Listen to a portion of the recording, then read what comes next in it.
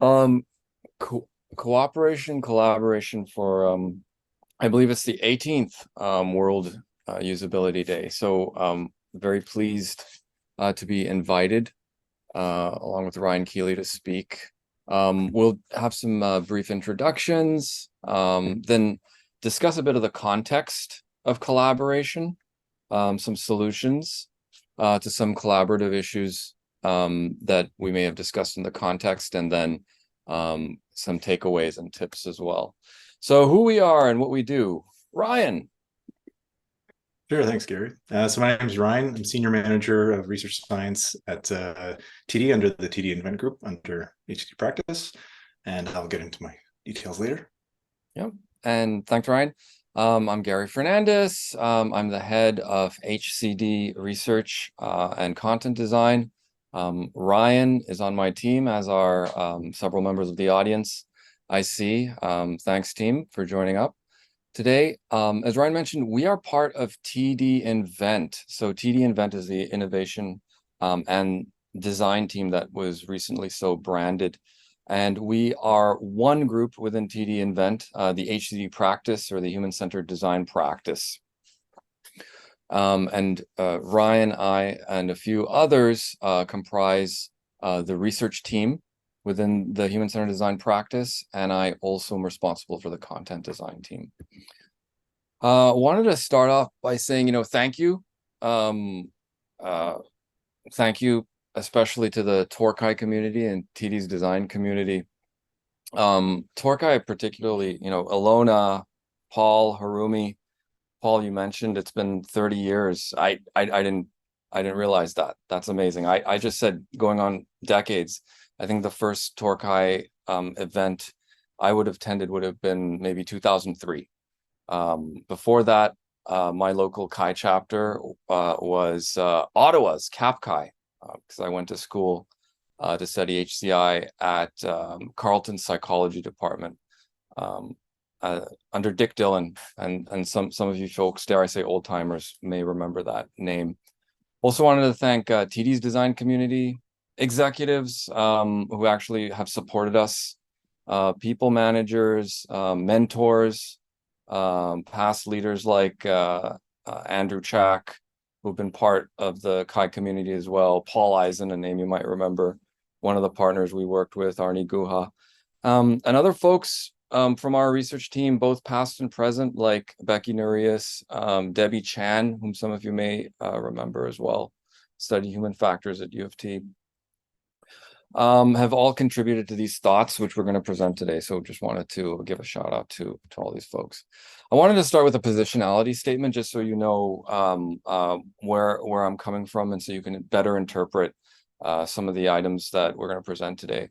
So I studied psychology and human-computer interaction in the late 90s and early 2000s. My professional roles have been in interaction design. I was called an information architect at one point, for those of you who remember that term, and a user researcher as well. I'm now responsible, as mentioned, for the human-centered design research team, as well as the content design team in the HCD practice at TD.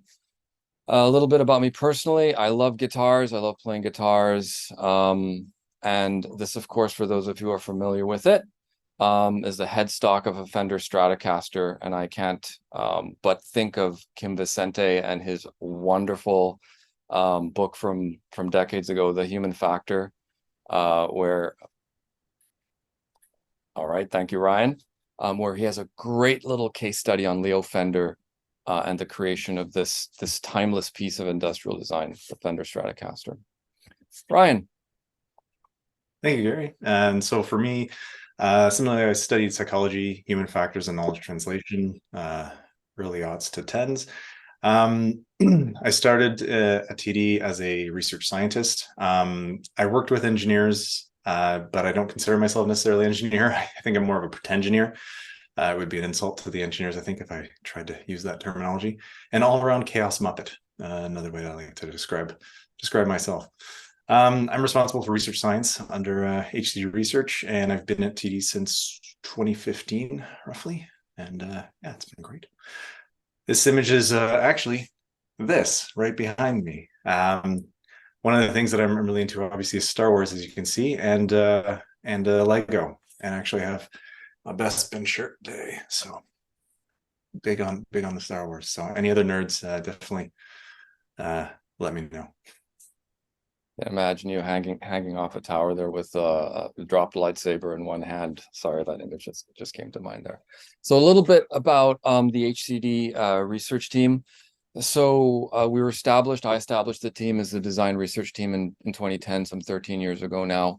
And the HCD research team has 3 teams within it right now. The design research team, led by Becky Narias, the research science team led by Ryan, and the digital insights team. And I think I saw Mark O'Brien's in attendance here. We're about 40 or so researchers situated in US and Canada. Our US operations are out of the state of Maine, near Portland. And of course, in Canada, we're based out of Toronto. And we're part of the broader HCD practice, about 400 strong, designers, visual designers, interaction designers, UX designers, content designers, experienced strategists, design ops folks. We're about 10% of the broader team.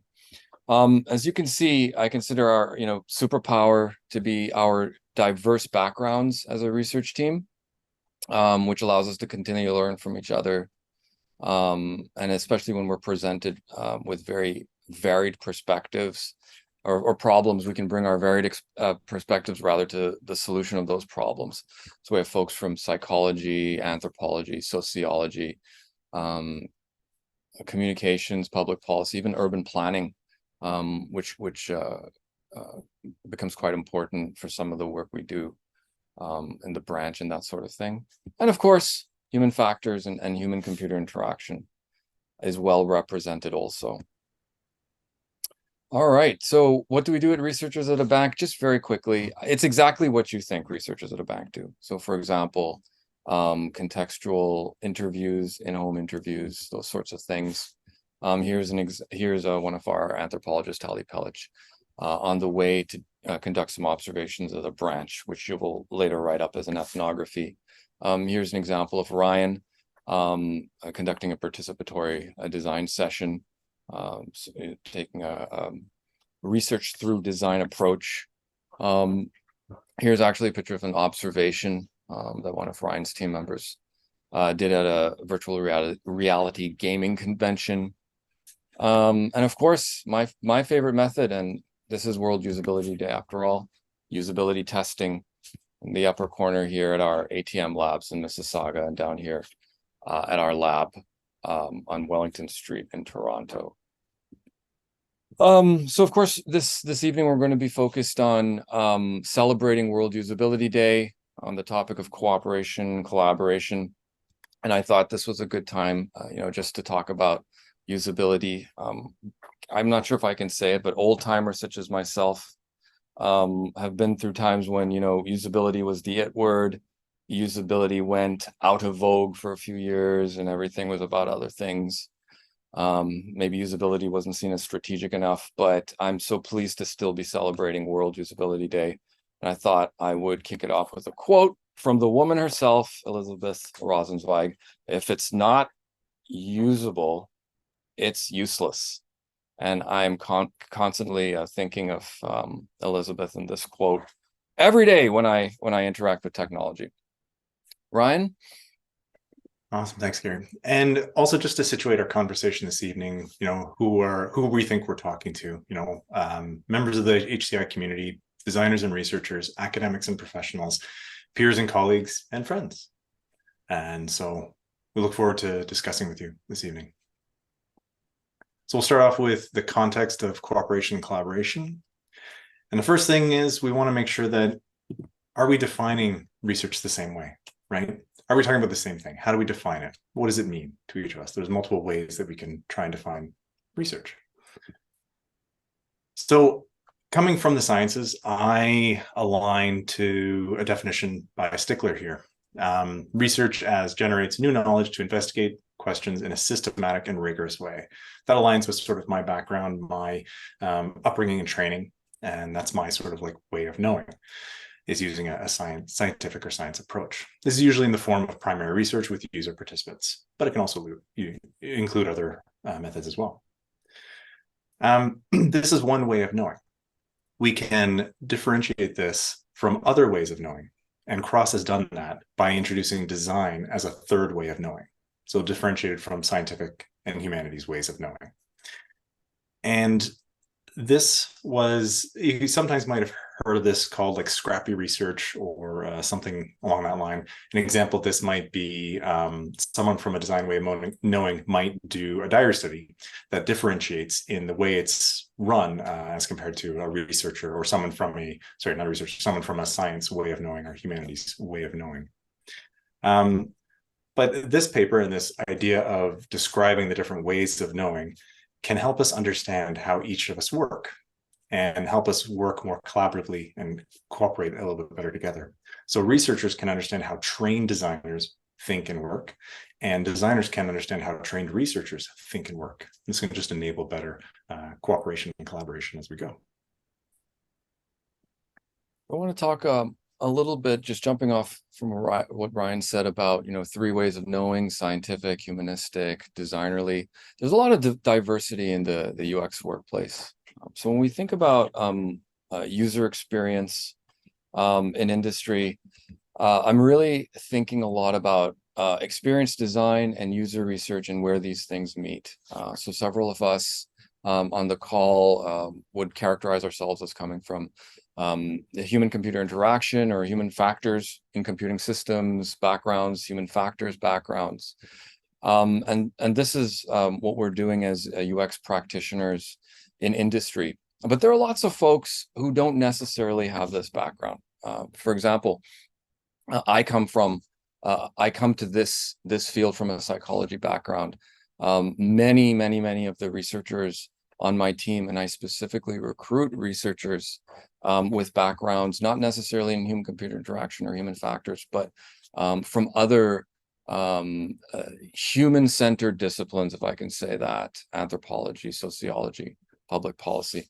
And likewise, in our design practice, we have many designers who don't necessarily come from a human-computer interaction or human factors background, but come from solid design disciplines, such as architecture, industrial design, fine arts, and that sort of thing.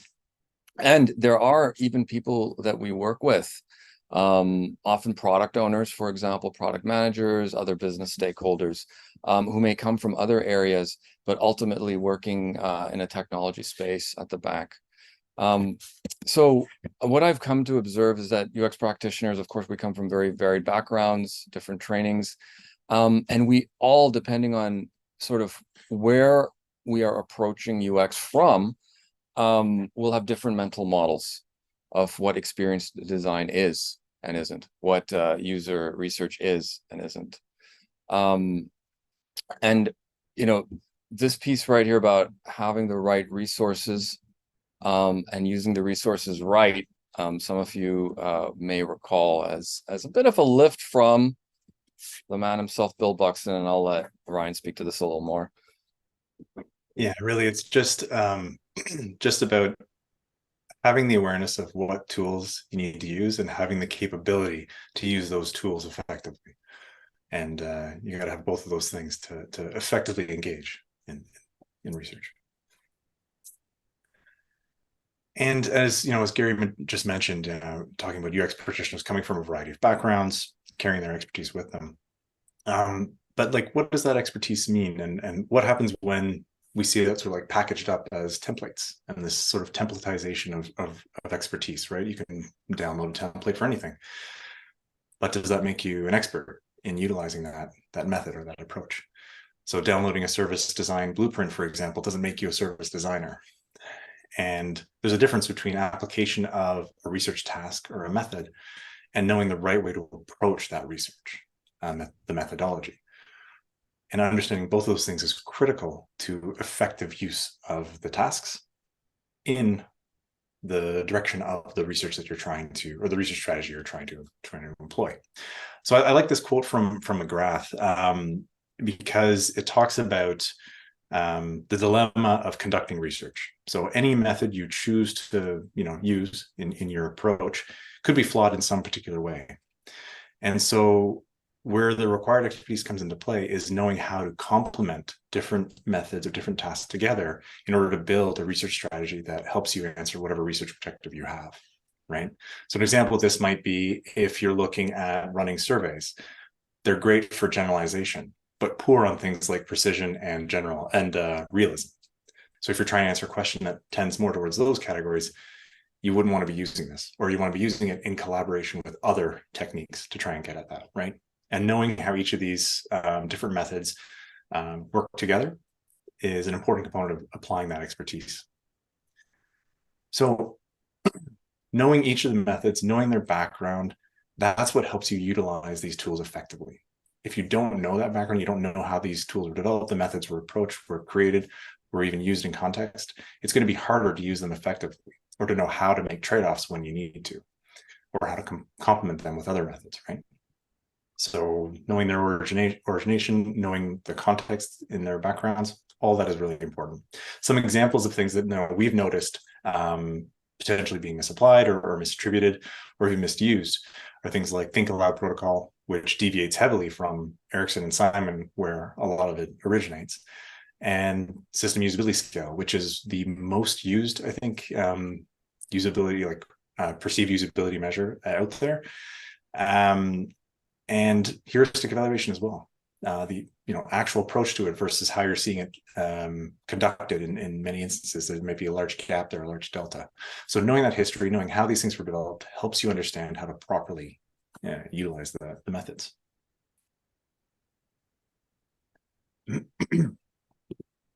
And when we're utilizing methods and unaware of sort of their background, their origination, their history, all that kind of stuff, we might be appropriating those techniques. And there's appropriate ways to appropriate. So appropriating appropriately is a specific concern that you should have if you're engaging in research that you may be, or engaging in methods that you might be unfamiliar with. So a good example here is from Erica Hall, actually. This is a Medium article that she wrote on minimum viable ethnography. Does this qualify as ethnography? I think you might get very different answers depending on who you ask. If I went to the anthropologist on my team, or in our team generally, they might give you a very different perspective on it than someone from one of the innovation product owners who might look at this and see it as effective. But the whole point of ethnography, if we go back to that idea of optimizing for different strategies of research that McGrath talks about, the whole point of ethnography is its value in providing realism, a realistic appraisal of what's going on in their lives.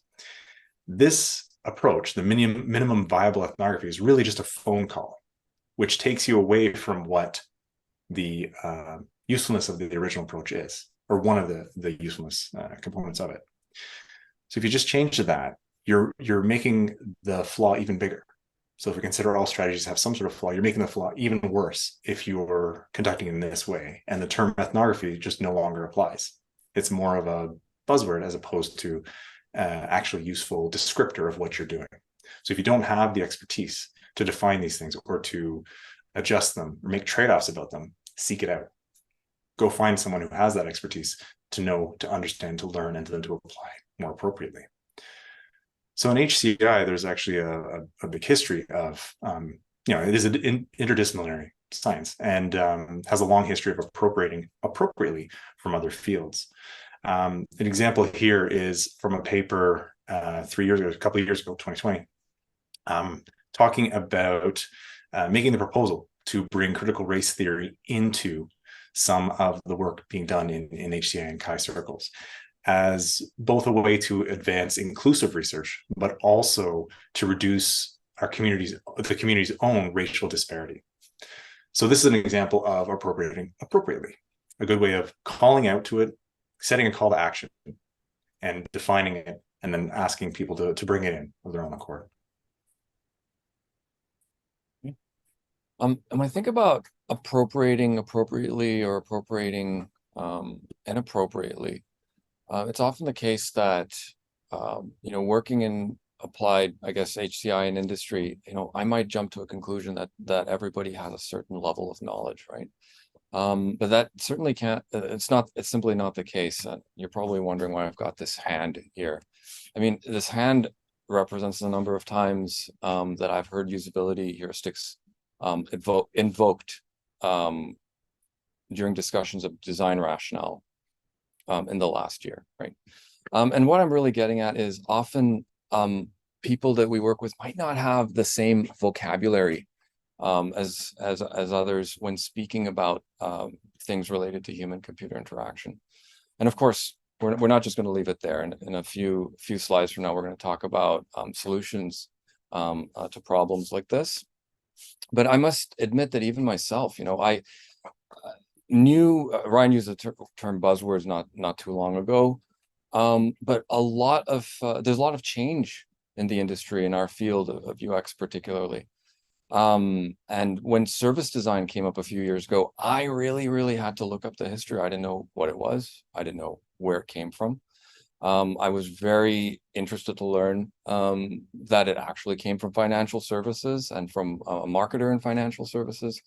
And I was also surprised to learn that some of the service designers I was working with found this to be news to them as well. So I think it's really beneficial when we all learn about the historical foundations of what we're doing. And I think there's going to be an increase in a need for that sort of foundational knowledge. And if people aren't necessarily getting it in schools, it might be our job as leaders and as practitioners in industry to give ourselves the knowledge and give our teams the knowledge.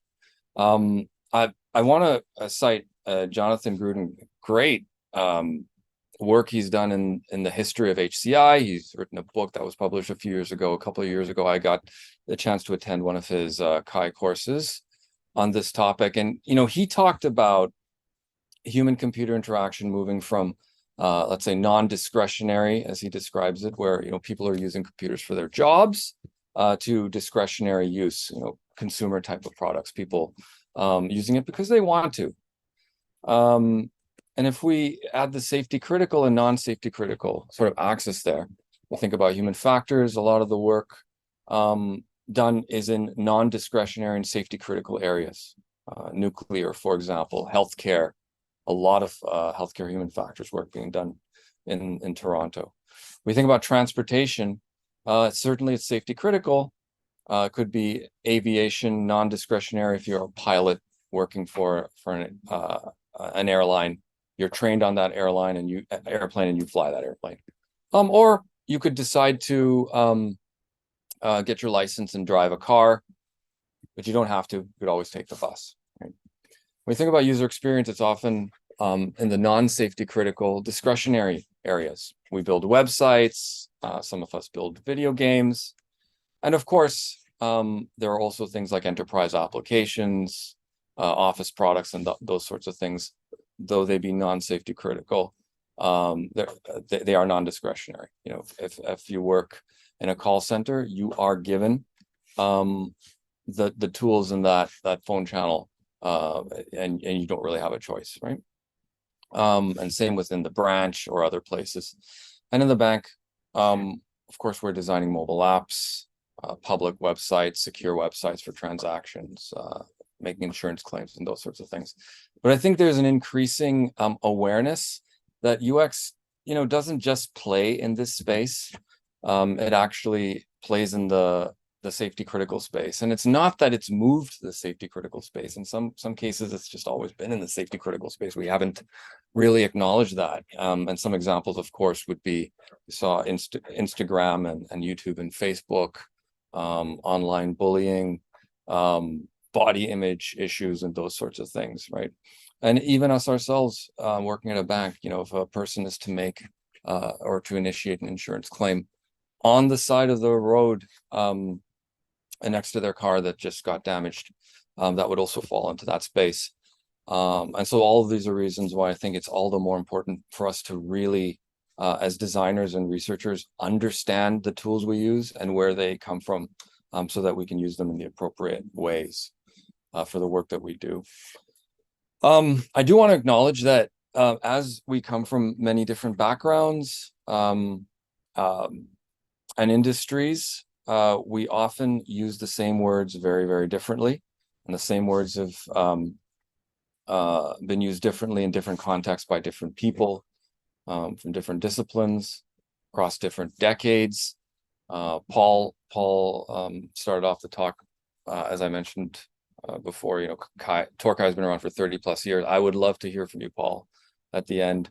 Some words that have changed or haven't changed throughout the years. I think that would be a neat discussion. One of the words that comes to mind is this concept of desirable. When I was studying HCI and reading the papers of Elizabeth Sanders, she didn't come up with this model, but this was a popular model at the time. And she's used it in some of her writing. Sort of the qualities of the user experience in terms of usefulness, usability, and desirability. So I always kind of grew up thinking about desirability as the softer side of the user experience, the softer side of usability. Not the needs or the ease components, but maybe the affective response or emotional response or possibly visual appeal and that sorts of things. But then some guy comes around, his name is Marty Kagan, and he starts talking about feasibility, viability, and desirability. And all of a sudden I have to reassess, what does desirability mean? Does it mean something else? And what exactly is a product owner? And so Marty Kagan, I didn't have a book or paper to cite, so I just asked ChatGPT. So if this is incorrect, feel free to blame the machine. ChatGPT told me that Marty Kagan defines desirability as the extent to which a product or feature fulfills the needs and wants of the target user. And when I take a look at desirability in the context of feasibility and viability, I think this whole circle really is where it fits in there. Other words like validate. I constantly hear things such as, we need to validate that design.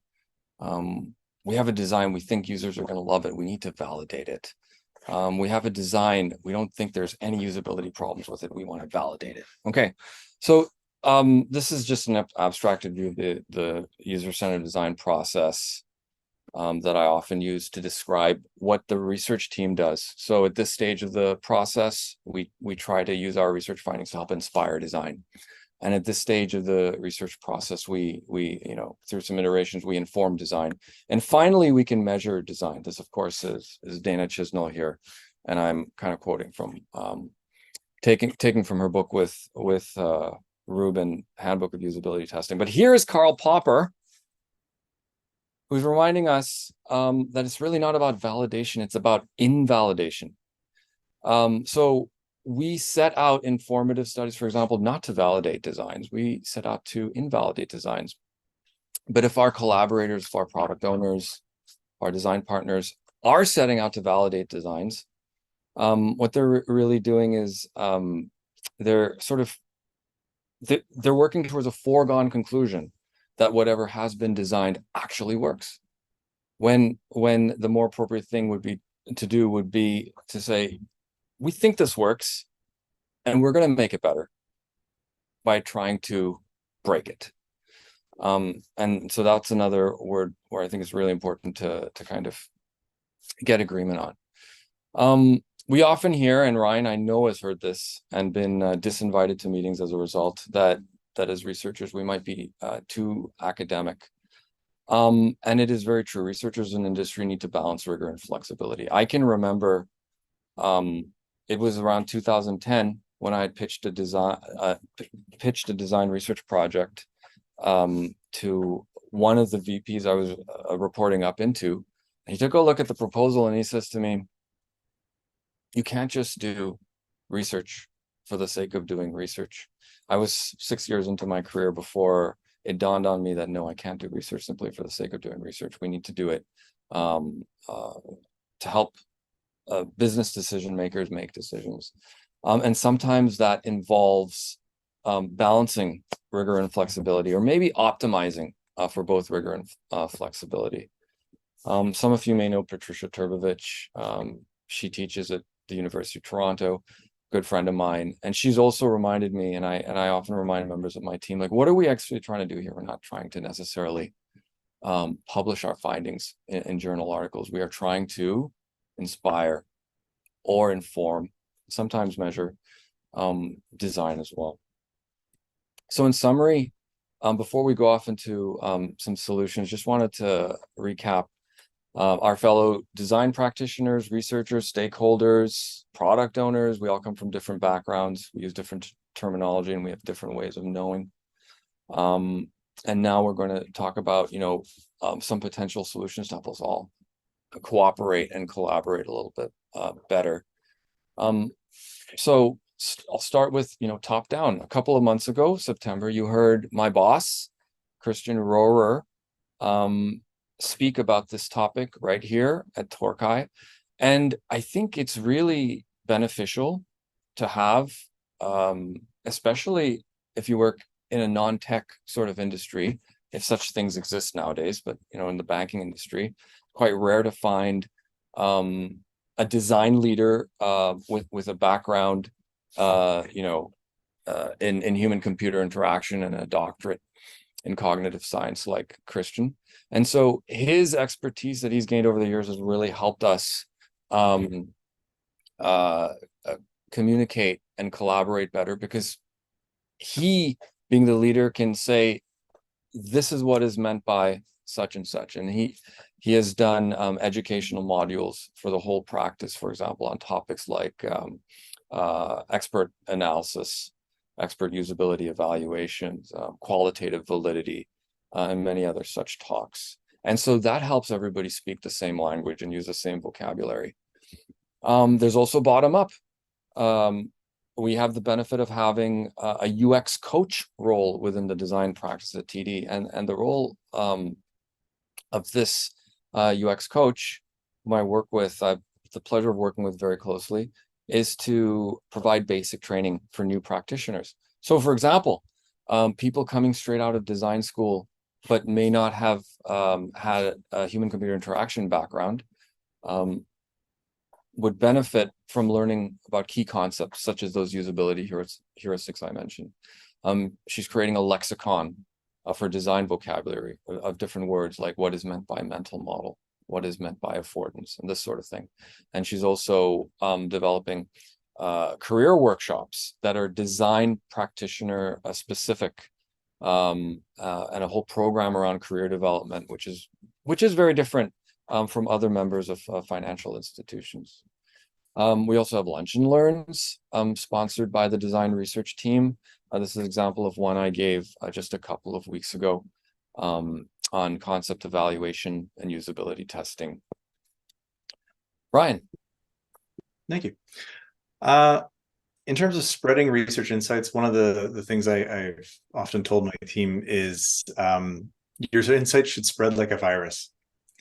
And what I really mean by that is that it should be easy to infect someone with these insights, so it's very learnable, and easy to transmit to others, so very teachable as well, and should propagate in that way like a virus.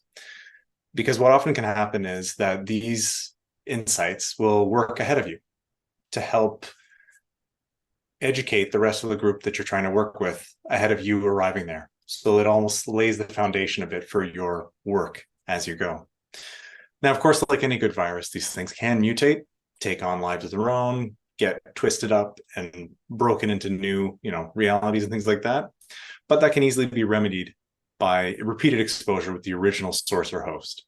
And an example of that would be Gary just mentioned the lunch and learns, the one he gave there. He mentioned validation and invalidation and helped to re-educate anybody who had maybe taken on a mutated form of the insight originally on what we should be doing when we're trying to evaluate potential design solutions. So this is one way that we try to spread our research insights around. Another example is becoming a trusted partner, showing your value and supporting the goals that they have. Showing relevant value is really important as well, because how you're defining what your value is might not be the same as what the partner is or the stakeholder. So understanding what their needs are and their values are and aligning to that, or at least showing how you're supporting those, is really critical to developing these better partnerships and bridges. we had an example of banking in the metaverse. So we were working with a brand new partner, one who hadn't worked with us before. And this was right around the time, metaverse was really big. JP Morgan had just done this thing that I'm showing in the image here of opening up a branch of some sort in the metaverse. It was really interesting. It had a tiger walking around on the ground floor for whatever reason. This was their grand, exploration in the digital verse. There was a lot of discussion about whether groups like TD should be matching that enthusiasm. Should we be jumping into these spaces? Should we be designing branches in the metaverse? Should we be designing a footprint somewhere in a metaverse space like Decentraland, which is pictured here? Often the decisions that come with this need to be made in a limited time and budget fashion. So the partner that we were working with was under a bit of that time constraint. They were under a bit of a constraint in terms of understanding what our value would be. So what we tried to do was some quick little examples to help them understand what we can bring, what value we can bring to answering these questions and helping them, make decisions. So we did a few autoethnographies and digital ethnographies. So the difference between those and autoethnography is just from the perspective of one individual, so an introspective sort of perception. And then digital ethnography would be with other participants as well. So what that looks like is going into places like Decentraland, exploring this place, understanding the habits, rituals, the things that people are doing in those digital environments, and talking to people as well, getting to know them, understanding what their tasks are, and just gathering more information.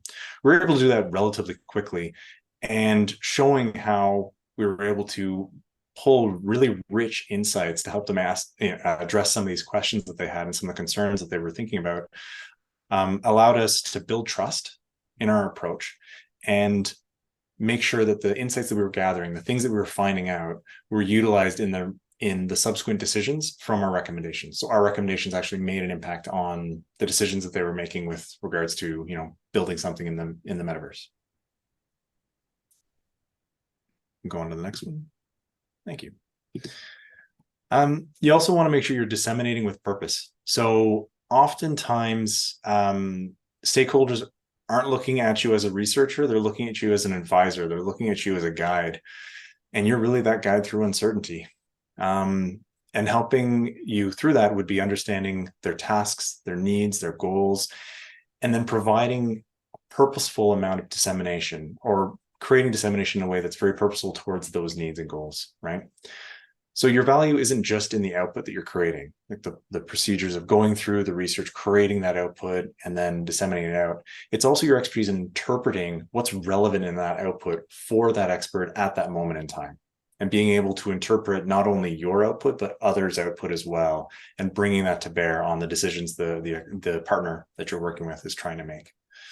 So building out a dissemination strategy helps you support different needs at different times along the journey, right? Because at different times in your work with the partners, you might need to focus on different elements. Sometimes it's going to be a full report. They just need the weight test sort of thing. They have it and they need to bring it to their bosses to show that all this work was done, right? But other times it's going to be a walkthrough of a particular component or a particular piece of data that you've collected.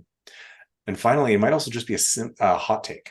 So oftentimes their expert might become, a partner might be coming to us and asking us simply for a quick hot take on a particular thing. Like, hey, there's this new thing out there. What do you think about it? They're asking you as a trusted resource. So if you're able to do that work in the background, understand these spaces, you'll be ready for when they come to you with those asks to say, yep, this is what we know about it. This is what our sort of perspective is on that. And then you can build the research toward it.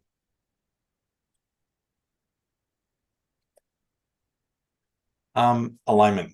Alignment's a big thing, right? And oftentimes you're going to encounter stakeholders who are just misaligned. They aren't even talking to each other, even if they're on the same project.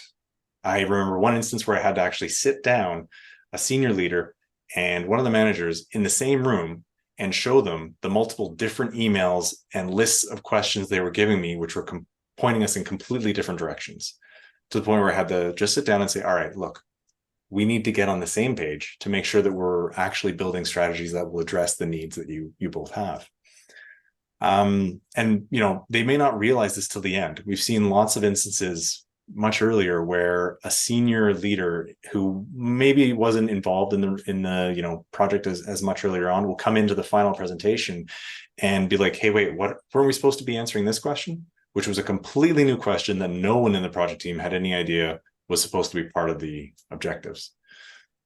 So this is often, due to a couple different reasons, but, having a lack of upfront discovery or research discovery or exploration, or understanding what you're supposed to be focusing on or fixing. That's one component of it. Oftentimes it can also be a directive from above, where it's just, no, you have to solve this thing without any knowledge of the area or topic. But one easy way to sort of bring everyone into alignment is to lock them in a room till they're, no, I'm just joking.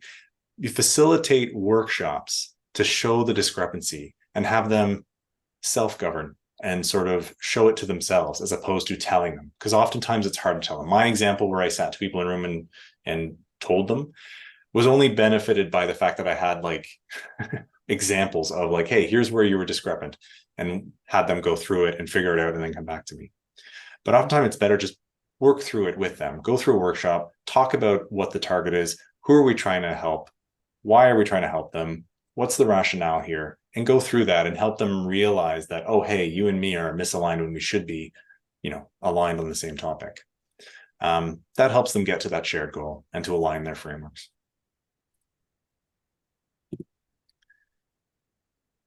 And another really great thing you can do as a researcher, especially with such esoteric topics as conducting research, is you can bring them along. That can also help deal with preconceptions that they might have on what research actually means. Because let's say most partners, at least the ones I've dealt with, don't understand the difference between capital R research and lowercase research. In this case, I would say like a lowercase research might be something, as an example of just Googling something to try and find some information. They might define that as the exact same as going out and collecting purposeful information towards answering a research question in an ethnographic field study or something like that. They might equate those two things when in reality they're really not. And they might be bringing in their own sort of assumptions about what it means to do research. So I have the quote there, like, I talked to my buddy and they said this. Oftentimes in the bank, and I'm sure other people who work in banks know this too, you have people who say, well, when I worked at the bank, or when I worked at the branch, which oftentimes could be like 40 years ago, and those same constraints are no longer applicable, or there's new constraints or new things that they can't consider. But often it's hard to break them out of that motivation. So there are different ways that you can do this. One of the ways that we've found that has been effective is finding those teachable moments for those who are motivated, because some aren't, but some are. You just got to dig a bit deeper to see. But finding those teachable moments to help educate them on what it is you're doing and why, and how that's relevant to what they need to do and what their task is, right? And for the others who are not as motivated, show and tell can be a good way to do this, right?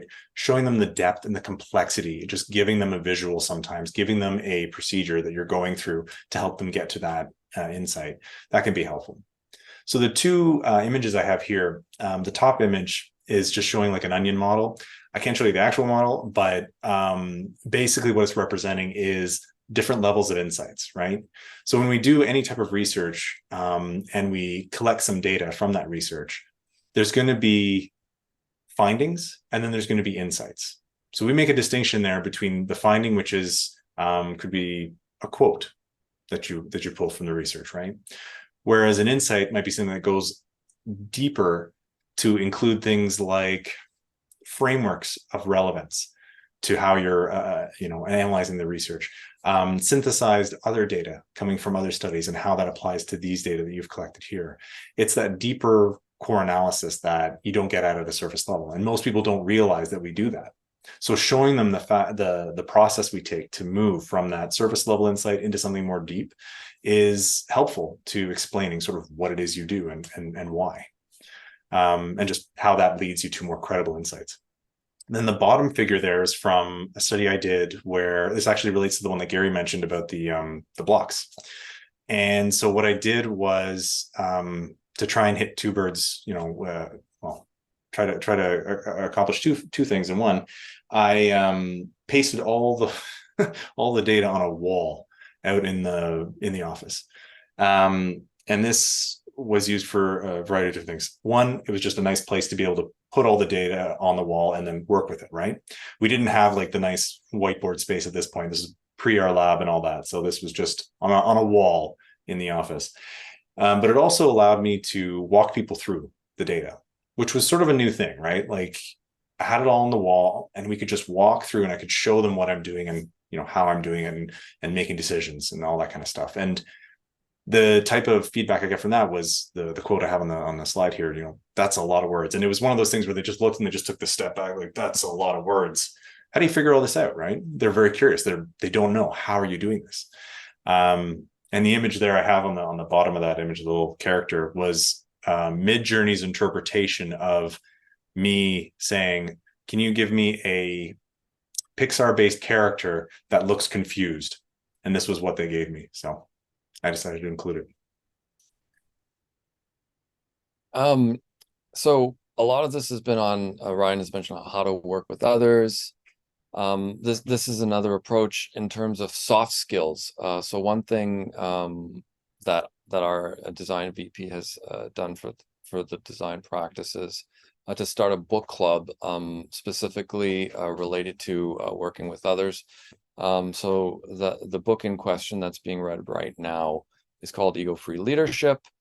I'll summarize it very quickly. You know, so this is me as a person, as a human being. I have certain capabilities and limitations, and you can tell I'm kind of reframing what this book is about in language that I can understand as an HCI person, as a psychology person. So I have certain capabilities and limitations that cause me to insert my self-worth into places where it does not belong. Conversations, tasks, work, family.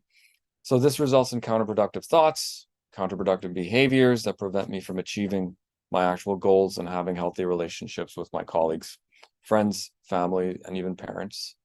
And I'm learning how to tame my conflict avoidance and not run away from painful conversations, such as some of the ones, you know, Ryan may have been mentioning on the previous slides, though I'm still working on procrastination.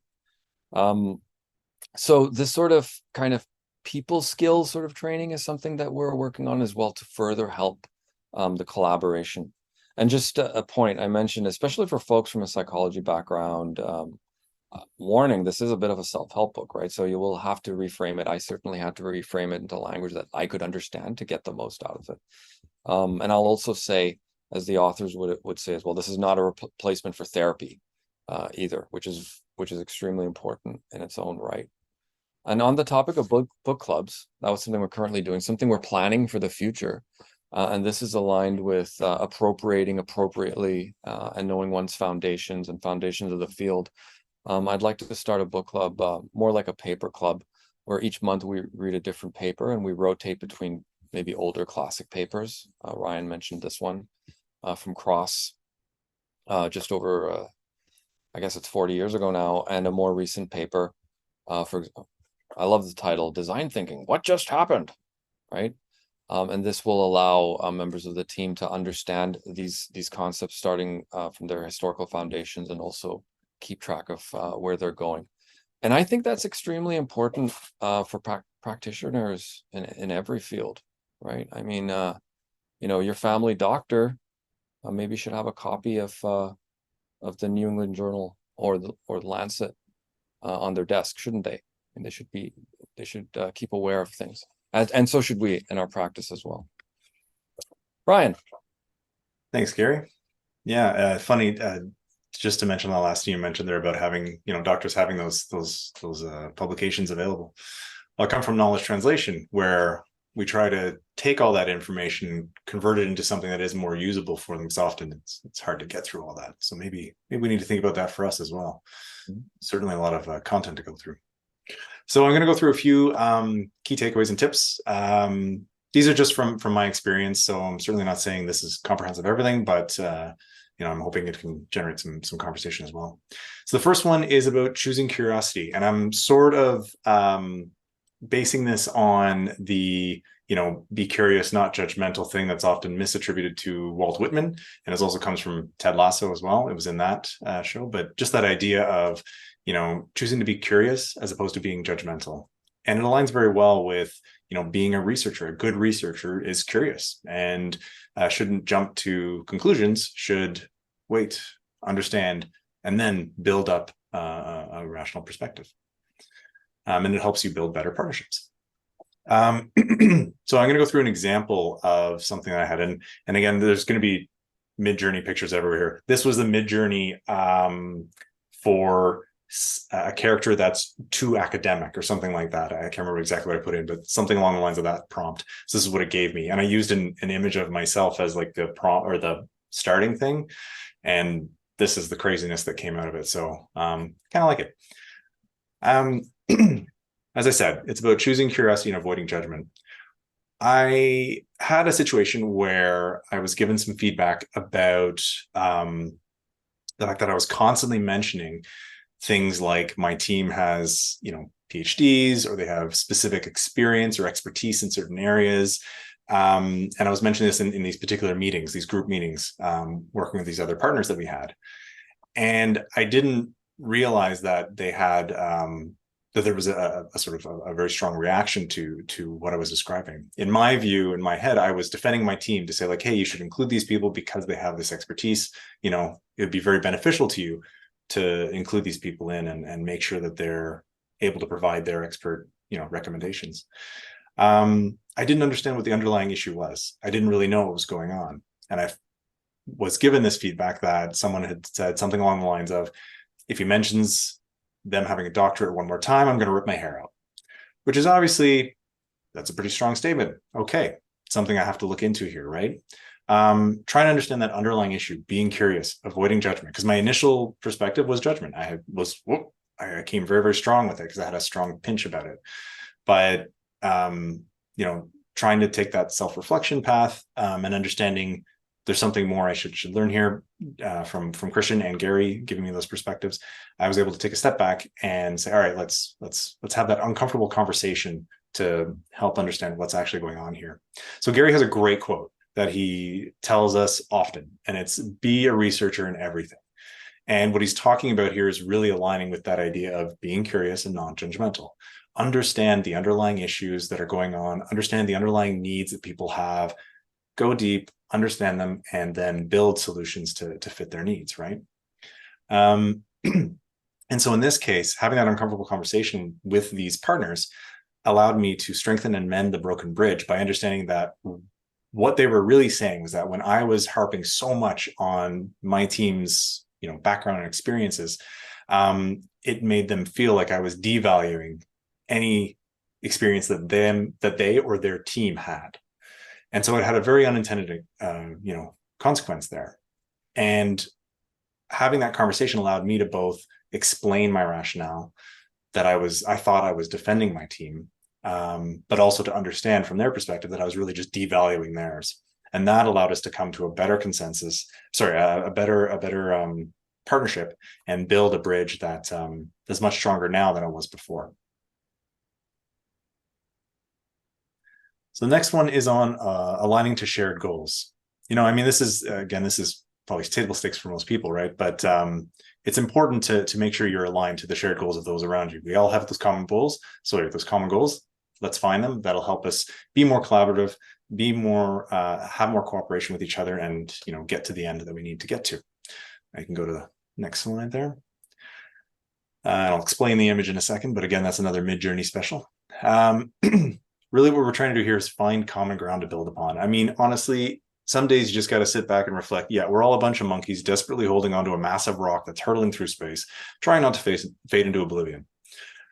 And just as we have shared ancestors, which is what Midjourney was showing us here, this is supposed to be a shared ancestor between humans and animals. I don't know. There are certainly shared goals for us to find, right? Shared ground, common ground that we can stand upon and build.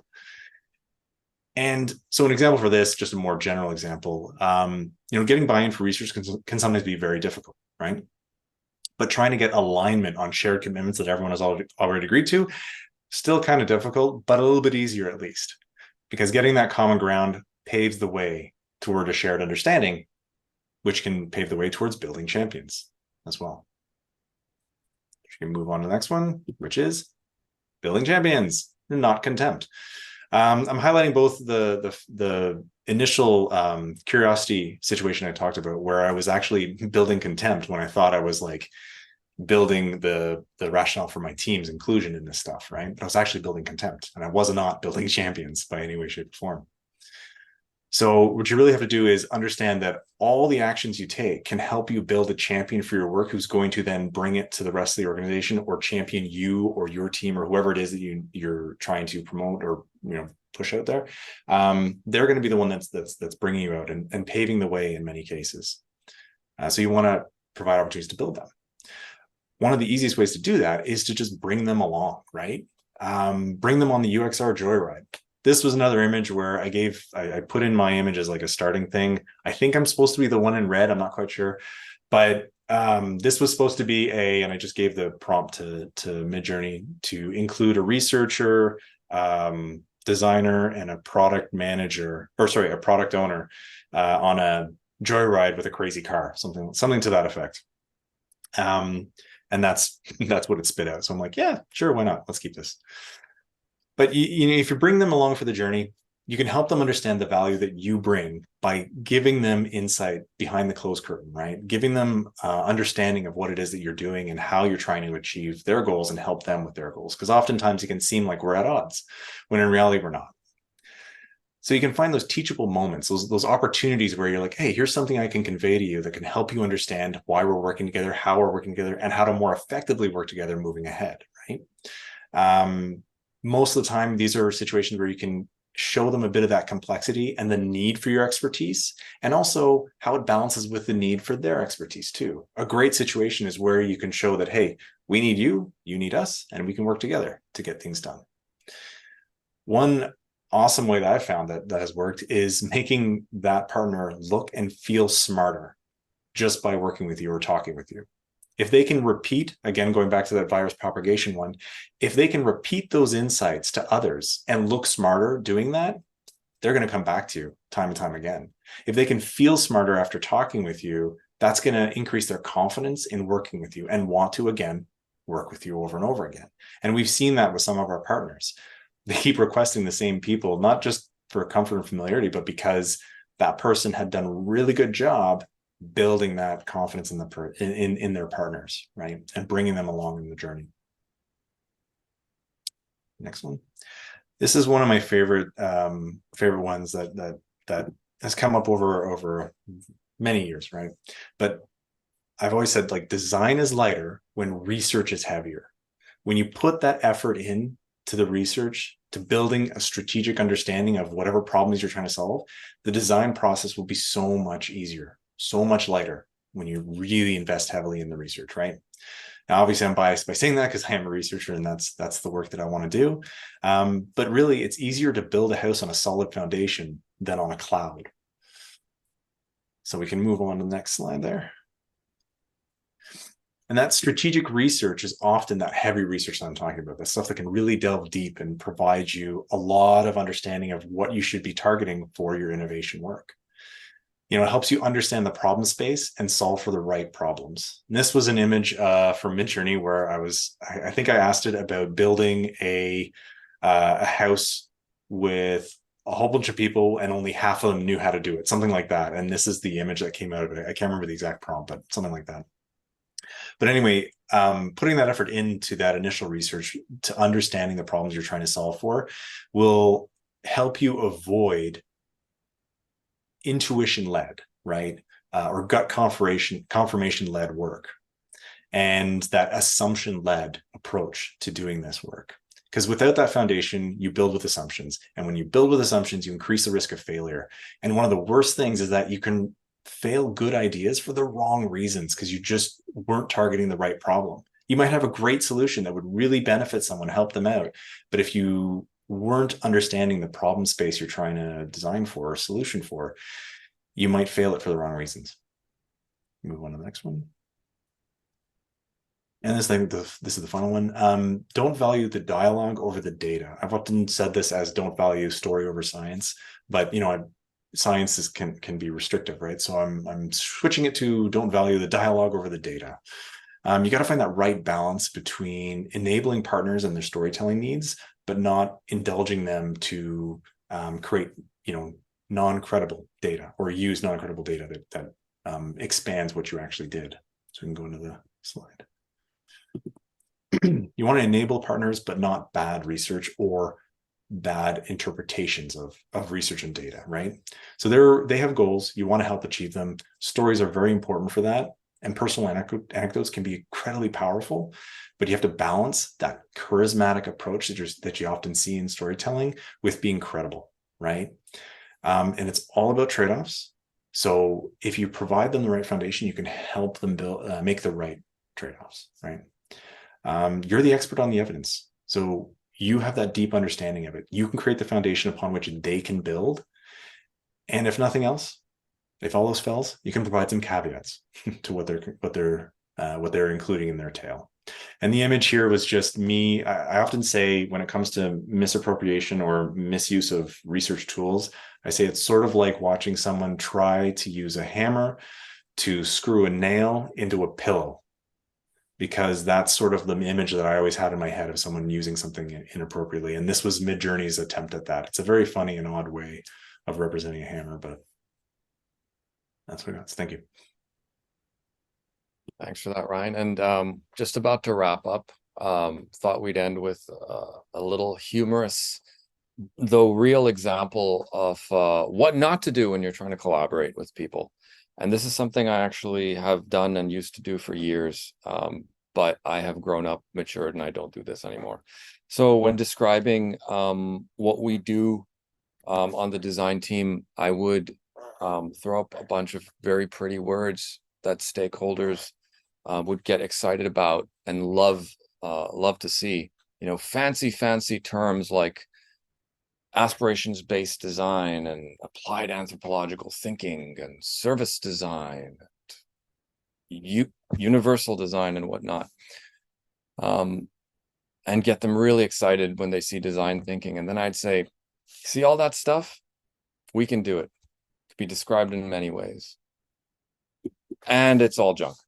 What we really do is just good old-fashioned user-centered design, follow a scientific approach. We're systems thinkers, and it's human-centered. And I don't do that anymore because I find that it's not an effective way to really partner with people by hitting them over the head and throwing buzzwords in their face, only to be a little humiliating and then to say, here's what we do, the grand revelation. Anyway, it was a pleasure speaking with you all. That's the final piece of it. So we will turn it back to